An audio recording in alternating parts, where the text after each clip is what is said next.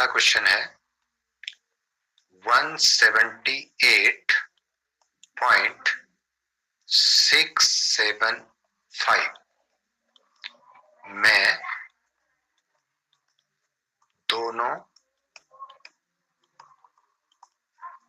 7 के स्थानीय मानों का अंतर बताइए। अंतर बताइए। तो ये हमारे पास में क्वेश्चन है। तो हमारे पास में दिया है 178.675। तो दो साथ हमारे पास में है, एक साथ ये है। तो ये आपके पास में दशमलव के जब राइट हैंड साइड को पढ़ा जाता है तो ये 10वां भाग, ये 100वां भाग और ये 1000वां भाग। तो भाई 7 100वां भाग है तो इसका मतलब हो गया 7/100 और 7/100 को जब हम दशमलव में बदलेंगे तो 0.07 ये हमारे पास में होगा। और जब इस 7 की हम प्लेस वैल्यू निकालेंगे तो ये हमारे पास में दशमलव के लेफ्ट हैंड साइड में जब चलते हैं तो ये इकाई, दहाई, सैकड़ा। तो 7 दहाई है तो 7 दहाई का मतलब हो गया 70। अब इन दोनों का हमने स्थानीय मान निकाल लिया है तो इनका अंतर हमने निकालना है। तो देखिए पूर्णांक, यहाँ पूर्णांक आपके पास में 0 है और यहाँ पूर्णांक आपके पास में 70 है। तो यानी कि 70 बड़ा है और ये छोटा है। तो 70 में से आपने 0.07 को घटाना है। तो सबसे पहले इसको हम सम दशमलव भिन्न बना लेते हैं।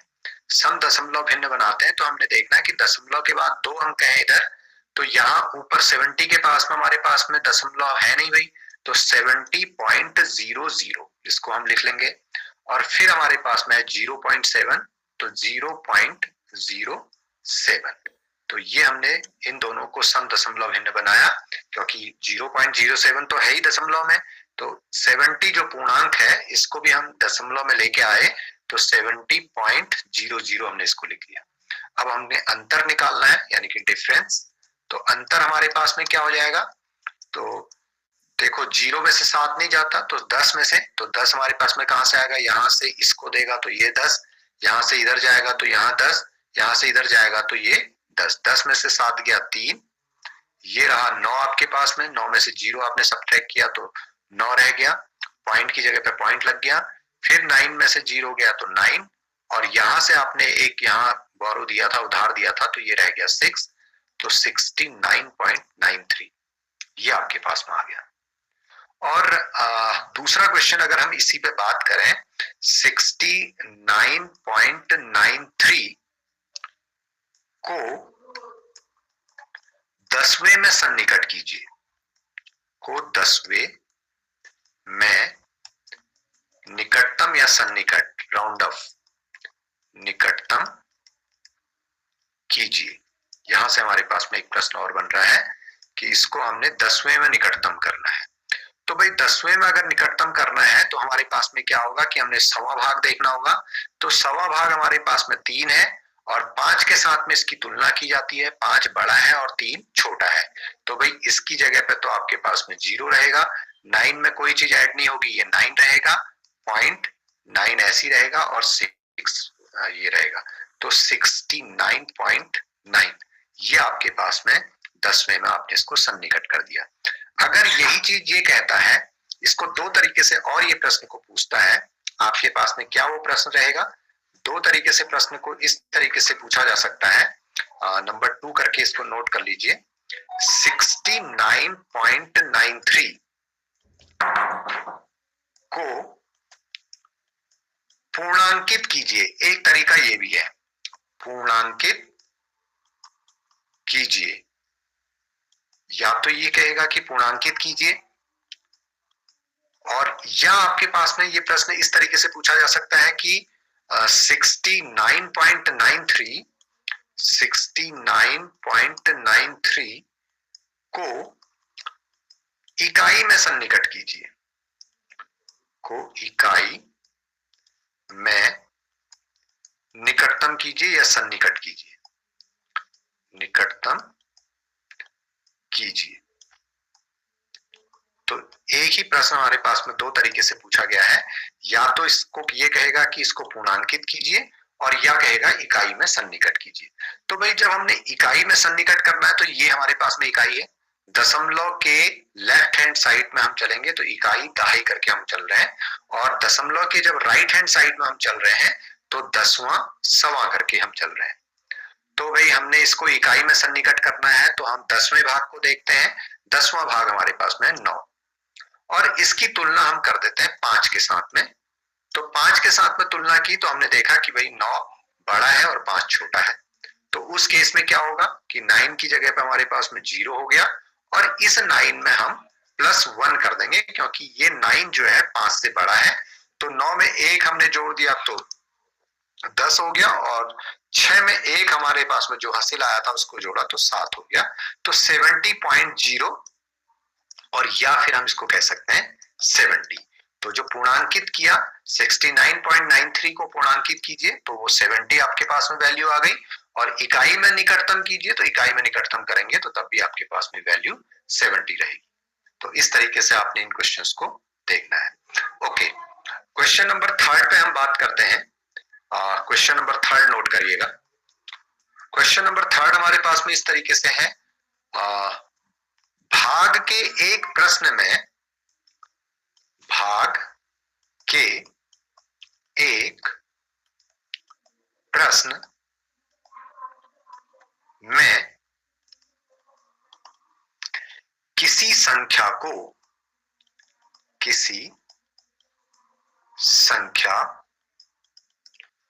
को 12 से भाग देने पर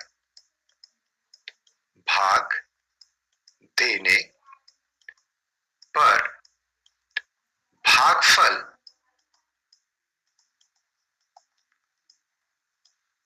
17 व शेष 5 आता है, शेषफल 5 आता है या फिर शेष 5 बचता है, तो वह संख्या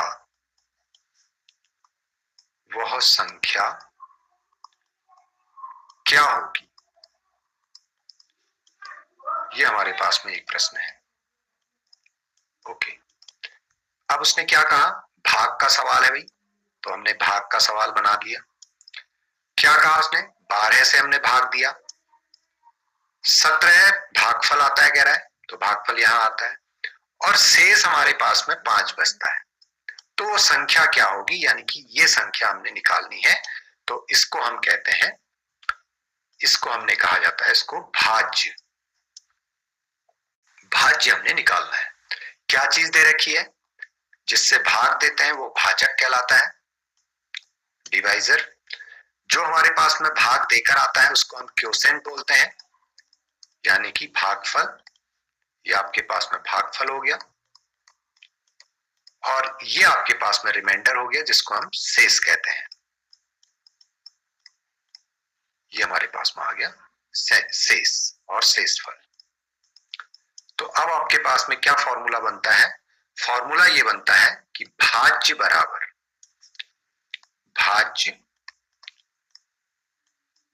बराबर डिविडेंड इक्वल टू डिवाइजर भाजक गुणा भागफल क्वोशेंट धन शेषफल धन शेष रिमाइंडर। ये आपके पास में आया। तो वैल्यू रखते हैं, भाजक आपके पास में है 12 गुणा भागफल आपके पास में है 17 और प्लस शेष आपके पास में 5। तो भाई 17 का पहाड़ा आता है तो 17 दूनी 34 की 4 हासिल रहा 3, 17 एकम 17 और 3 20, ये आपके पास में हो गया प्लस 5। और जब आपने इसमें 5 ऐड किया तो तो 5 और 4 9, 0 की 0, 2 की 2, तो वो संख्या आपके पास में 209 होगी। तो इस तरीके से इन प्रश्नों को आपने हल करना है। ओके, अगला क्वेश्चन लिखिएगा। क्वेश्चन नंबर नेक्स्ट पे हम बात करते हैं।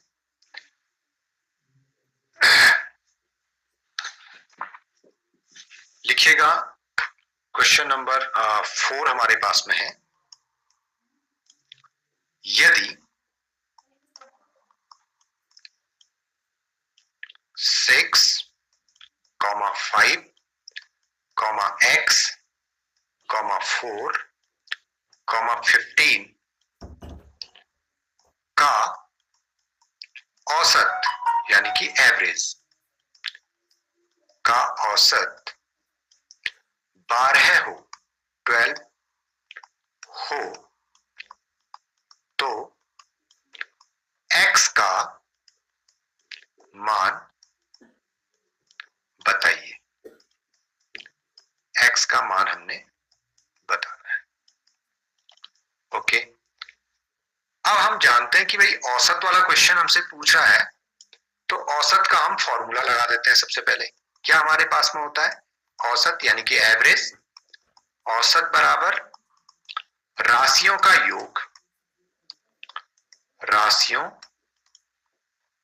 का योग, योग मतलब उनका सम, अपॉन बट्टे राशियों की संख्या, number of quantities, sum of quantities over number of quantities, राशियों की संख्या। ये हमारे पास मान है। ओके, अब उसने क्या कहा कि राशियां आपके पास में क्या है? 6, इनका योग करना है धन 5, धन x, धन 4, धन 15, ये आपके पास में राशियां हैं। और इनका औसत 6, 5, x, 4, 15 का औसत 12 है, यानी कि औसत की जगह पर हमने 12 रख दिया। ओके, तो राशियों का औसत 12 बराबर राशियों का योग तो हमने कर दिया, बट्टे राशियों की संख्या लिखनी है, तो 1, 2, 3, 4, 5 राशियों की संख्या हमारे पास में हो गई 5। अब क्या करना है हमने? इस 5 से इस 12 को, क्योंकि 5 जो है ये हमारे पास में लेफ्ट हैंड साइड है और इक्वल टू के दाहिने हाथ की ओर को ये राइट हैंड साइड है, तो 5 जो है राइट हैंड साइड में डिवाइड कर रहा है, तो भाई लेफ्ट हैंड साइड में जाके ये क्या करेगा? मल्टीप्लाई करेगा, तो हमारे पास में हो जाएगा 12 गुणा 5 बराबर। अब हमने यहां क्या करना है? इनको जोड़ देना है। 6 और 5 11, 11 में 4 जोड़ दिया हमने 15, और 15 में 15 जोड़ दिया हमने 30, तो 30 प्लस x, ये x जुड़ गया हमारे पास में। जो हमारा x हमने छोड़ रखा था ये हमारे पास में प्लस करके आ गया। नंबर्स को, जो न्यूमेरिक वैल्यूज हैं उनको हमने जोड़ा, जो अंकगणितीय मान है हमारे पास में, जो अंक है उनको हमने जोड़ा, और जो बीजगणितीय मान है, जो हमारे पास में एल्जेब्रिक नंबर है, जो हमारे पास में अल्फाबेट है, इनको हमने प्लस करके x रख दिया, क्योंकि ये प्लस कर रहा है। तो 12 और 5 को गुणा किया तो 12 पंजे 60 बराबर लेफ्ट राइट हैंड साइड में आपके पास में 30 प्लस x। ओके, अब x जो है अननोन है, अज्ञात है, तो इस x का मान हमने निकालना है। तो x अपनी जगह पे रहेगा क्योंकि ये पॉजिटिव साइन के साथ में है, और 30 जो है यहां से इस 60 के साथ में जाएगा। अब 30 का साइन यहाँ पे कुछ नहीं है तो ये पॉजिटिव माना जाता है, तो जब ये यहां से इधर जाएगा तो 60 के साथ जाके ये क्या करेगा? माइनस करेगा, तो 60 माइनस 30 इक्वल टू, ये प्लस x है तो केवल x रहेगा। अब 60 में से 30 को हमने सब्ट्रैक्ट किया तो 0 में से 0 गया 0, 6 में से 3 सब्ट्रैक्ट किया तो 3, तो बराबर x। तो x का मान आपके पास में क्या आ गया? 30 आ गया। तो इस तरीके से इन क्वेश्चंस को हमने करना है।